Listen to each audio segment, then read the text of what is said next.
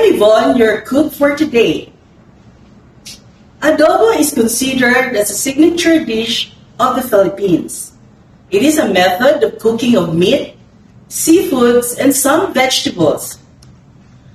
The common ones used for adobo are chicken and pork.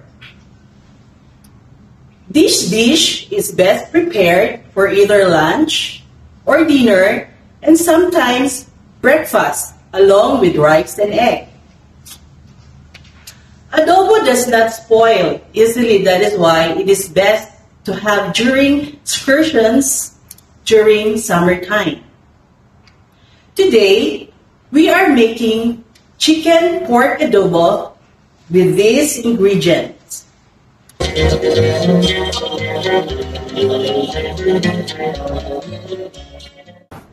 To begin, heat oil in a pan. Once the oil is hot, add the garlic. Cook until it turns golden brown. Remove the garlic and set aside. Add pork and chicken. Cook for 5 minutes or until the color turns light brown. Add whole peppercorn, bay leaves, soy sauce, and water. Let it boil and simmer until the meat is tender. Add sugar and stir. Pour in vinegar and wait for it to boil. Simmer until most of the liquid evaporates.